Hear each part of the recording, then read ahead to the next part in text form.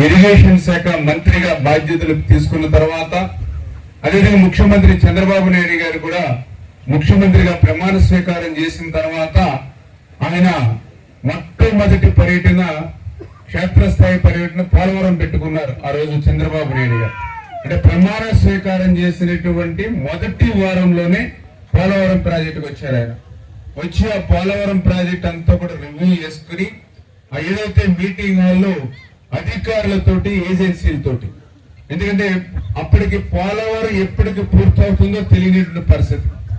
ఇది మనం చెప్పడం కాదు, ఆ రోజునటువంటి ఇరిగేషన్ శాఖ మంత్రి చెప్పాడు పోలవరం ఎవ్వరికీ అర్థం కాదు, ఎందుకంటే నాకే అర్థం కాదని ఆ రోజునటువంటి ఇరిగేషన్ మంత్రి చెప్పినటువంటి పరిస్థితి. పోలవరం 100% 4% కాదు అని ఇంకొక ఇరిగేషన్ మంత్రి, అంటే వాళ్ళు చెప్పినట్టు భాష మనం మాట్లాడలేము.